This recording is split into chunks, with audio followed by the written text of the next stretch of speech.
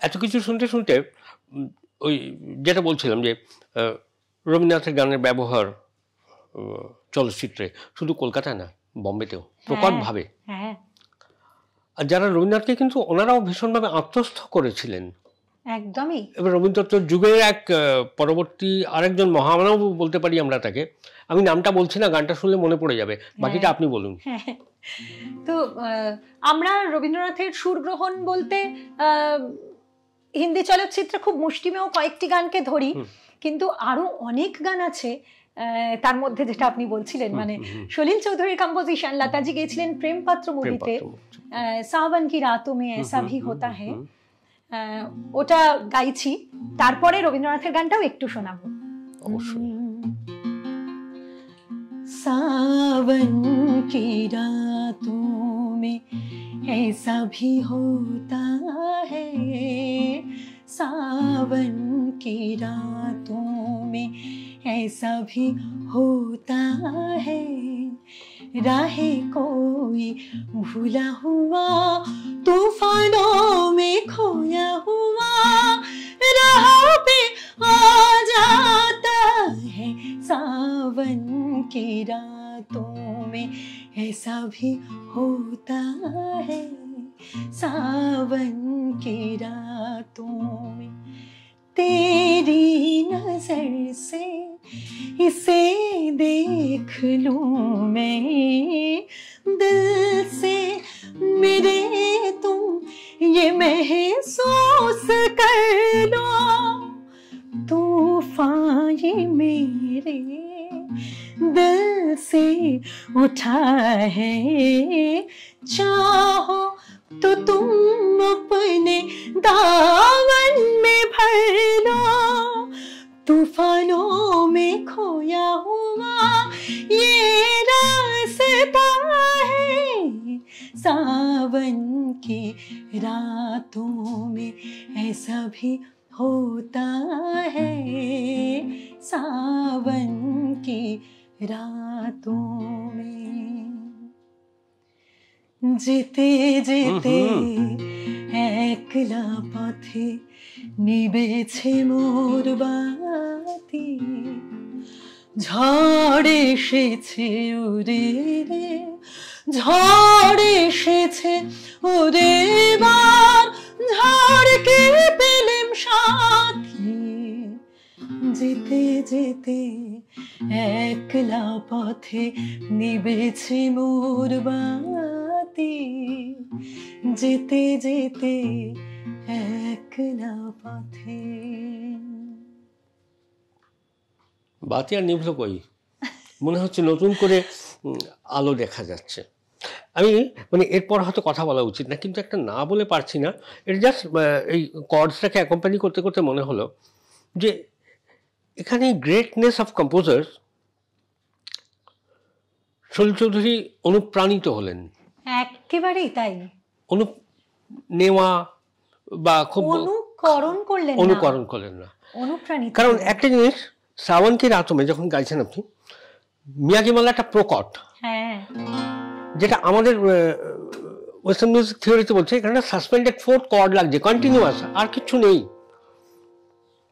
রবীন্দ্রনাথ কিন্তু ধারে কাছে যাননি এইটা, রবীন্দ্রনাথ কিন্তু একদম পরিষ্কার ওই মাইনর কর্ডটা লাগছে আর কি। ঠিক, বিশেষ করে ওই জায়গাটা ওই সলিল চৌধুরীর কম্পোজিশনে, তেরি নজর সে ইসে দেখ লूं मैं, चाहो तो तुम अपने दामन में भर लो। রবীন্দ্রনাথ তো তা রাখলেন না, আকাশ কোণে সর্বনে সে ক্ষণে ক্ষণে উঠছে হেসে, প্রভায় আমার কেশে বেশে করছে মাতামাতি, যেতে যেতে একলা পথে নিবেছে মোর বাতি। এইখানেই দুই স্রষ্টার স্বতন্ত্রতা। আবার যেন মানে একজন অনুজ কম্পোজার তার অগ্রজের হাত ধরে হাঁটছেন, তার দেখানো রাস্তাটাতেই হাঁটছেন। কি অপূর্ব। ওয়েস্টার্ন মিউজিকের প্রতি কি একটা টান অনেকদিন ধরে ছিল না, পরবর্তী সময়ে এসেছে? পরবর্তী সময় এসেছে খুব জোর করে। মানে আমাদের এমএর একটি পেপারে ওই রবীন্দ্রনাথের মূল গান হিসেবে ওই পাশ্চাত্য সঙ্গীতগুলি শেখানো হতো। হঠাৎ করে আমার উপর দায়িত্ব পড়লো ওই মূল গানগুলি আমাকেই শেখাতে হবে। তার আগে কি শোনার অভ্যেস ছিল না? খুব একটা না, কিন্তু ওই যে শোনার অভ্যেস তৈরি হলো, তারপরে অনেক শুনতে শুরু করলাম, প্রচুর চার্চ মিউজিক, উইটনি হাউস্টন, মানে তখন না পেয়ে বসলো পাশ্চাত্য সুর শোনবার। পাশ্চাত্য সুরের এই যে নানান রকম চলনের গতিবিধি, সেটা কিভাবে হচ্ছে, কেমন করে হচ্ছে, আবার রবীন্দ্রনাথ কি করে ওটাকে ভেঙে আবার নিজের ওরকম অদ্ভুত ভাবে নিয়ে চলে এলেন, এইগুলো সব ভাবতে ভাবতে আবার ওই দিকটা শুরু হলো আর কি, দেখা বা ভালোবাসা।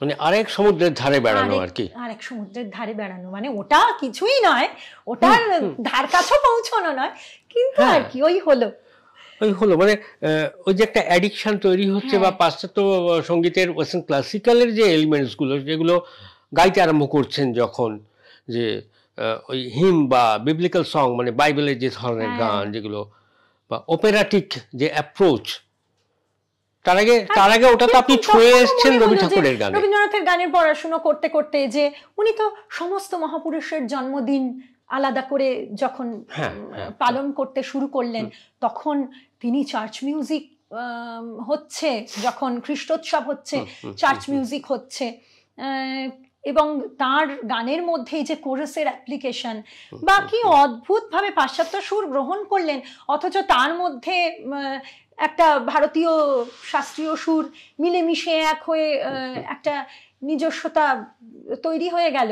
এইসব ভাবতে ভাবতে বেশ মানে সে একটা অপূর্ব ব্লেন্ডিং হচ্ছে তো, তার সঙ্গে কোথাও কোনো সংঘাত হচ্ছে না, মানে গায়ে গিয়ে বা কানে গিয়ে লাগছে না সেখানে, একেবারেই লাগছে না।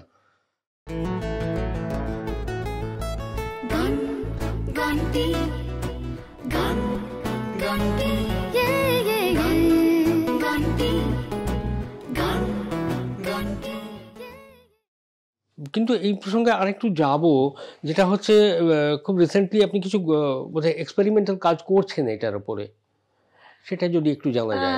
এক্সপেরিমেন্টাল কাজ এই বিষয়ের ওপর যেটা আমি ভাবছিলাম, যে এই যে চার্চ মিউজিক বা কোরাসের ওপর যে প্রভাবটা, রবীন্দ্রনাথের যে এই যে সমস্ত বিশ্বের সুর নিয়ে তো উনি কোনো কি বলবো, শুধু সুর নয়, উনি খুব চেয়েছিলেন যে আমাদের যা কিছু ভালো সেখানে যেন কোনো এই দেশের গণ্ডি এইভাবে আমরা নিজেদের না সীমাবদ্ধ করে রাখি, আমরা সমস্ত সুস্থ সংস্কৃতিকে যেন গ্রহণ করার ক্ষমতা রাখি, বা এই যে সাংস্কৃতিক বা শিক্ষার যে আদান প্রদান, সেটা তো অদ্ভুতভাবেই তার সবকিছুর মধ্যেই ধরা পড়েছিল। সেইগুলো ভাবতে ভাবতে আমার তখন কিছু চার্চ মিউজিকের কথা মনে হয়েছিল, যে ওটা একটা শোনাই, একটা church music. Oh, holy night, the stars are brightly shining, it is the night of our dearest Savior's birth. Long lay the Lord in sin and error pining, till he appeared and the soul felt its woe, a thrill of hope. The very world rejoices, for wandering a new and glorious morn. Fall on your knees, or hear the angel voices, one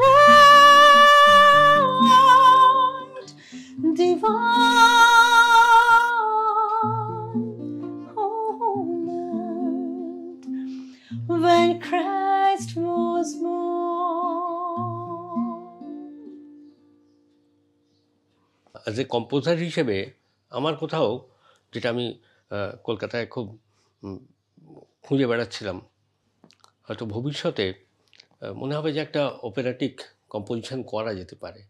কারণ যদি এরকম একটা কণ্ঠস্বর বা এরকম একটা বোধসম্পন্ন শিল্পীকে পাওয়া যায়, সবাই একটু একমত হবেন আমার সঙ্গে, আমি জানি।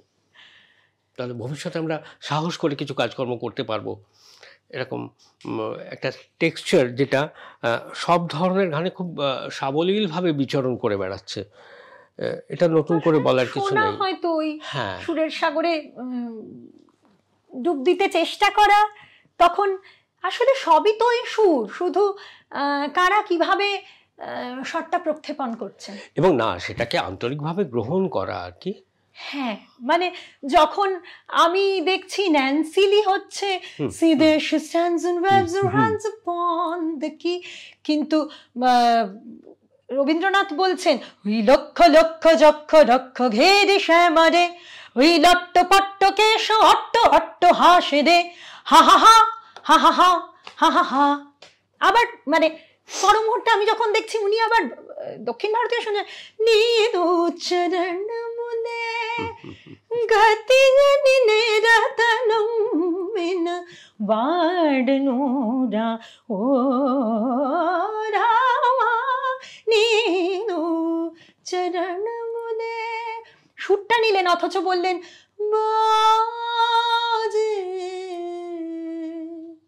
করুণ সুরে।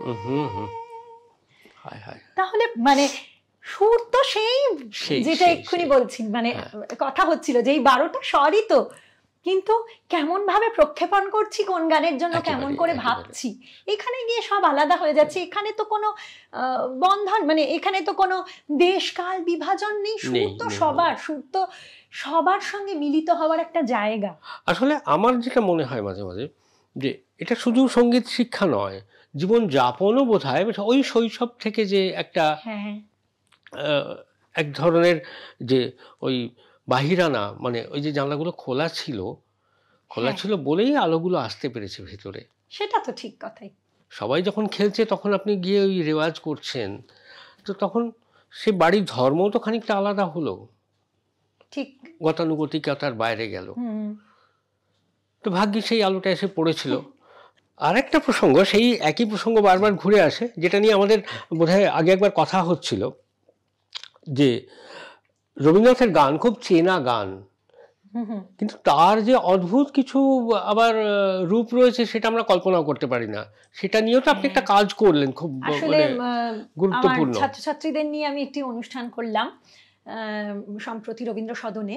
সেটি ছিল রবিবাবুর গান থেকে রবীন্দ্রনাথের গান। মানে রবীন্দ্রনাথ যখন প্রথম দিকে, তখন তো কপিরাইট ছিল না, বা সেই স্বরলিপি করে গানকে বেঁধে রাখার চিন্তা কিন্তু তখনও হয়তো তার মনে আসেনি। তো সেই সময় দেখা যাচ্ছে যে অনেকেই তার গানকে, মানে গানের কথাটা গ্রহণ করে সুর পরিবর্তন করে রবিবাবুর গান বলে প্রচলিত হচ্ছে, এবং রীতিমতো রেকর্ডে সেটি প্রকাশিত হচ্ছে। তো সেই যে কলের গানে তখন এই ধরনের গান, সেই গানগুলো এবং রবীন্দ্রনাথের আসল সুরটি কেমন ছিল, এইটা একটু ধরার চেষ্টা করেছিলাম সেই সময়ের যারা গেয়েছিলেন। যেমন খুব পরিচিত একটি গান, আমি চিনি গো চিনি তোমারে ও গো বিদেশিনী, এটি তখন রবিবাবুর গানের সময়, কলের গানে যখন রেকর্ডিং হয়েছিল তখন গাওয়া হয়েছিল এইরকম ভাবে, তোমায় চিনি গো চিনি তোমারে ও গো বিদেশিনী, তুমি থাকো সিন্ধু পারে, তুমি থাকো সিন্ধু পারে ও গো বিদেশিনী, তোমায় চিনি গো চিনি তোমারে ও গো বিদেশিনী, আকাশে পাতিয়ে কান শুনেছি শুনেছি তোমারে গান, আকাশে পাতিয়ে কান শুনেছি শুনেছি তোমারে গান, আমি তোমাতে সঁপেছি প্রাণ ও গো বিদেশিনী, তোমায় চিনি গো চিনি তোমারে ও গো বিদেশিনী। এইভাবে রেকর্ডিং হয়েছিল ওই সময়। তাহলে মানে বিকৃতির চেষ্টা কিন্তু চিরদিনই ছিল, ব্যাপারটা যে আজকের এমনটা নয়। তবে সেই জন্যই হয়তো স্বরলিপি এবং সুরকে সংরক্ষণের চেষ্টা করে মানে তার চিন্তা ভাবনা এবং কপিরাইট আসা।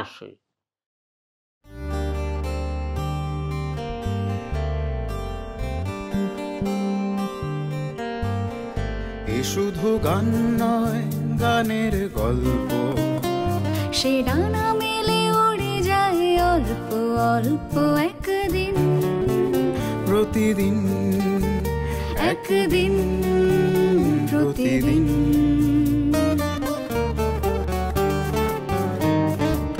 কেন সে গান গায় সে কথা অজানা, সে স্বর সন্ধির সন্ধিতে নিশানা। কেন সে গান গায় সে কথা অজানা, সে স্বর সন্ধির সন্ধিতে নিশানা। সে কাকে ডাকে কে মনে রাখে, আলো ছায়া মাখা হারানো দিন। সে শুধু গান নয়, প্রাণের স্পন্দন, যার কথা মালা হয়ে ওঠে চন্দন সুবাসে প্রতিদিন, একদিন প্রতিদিন।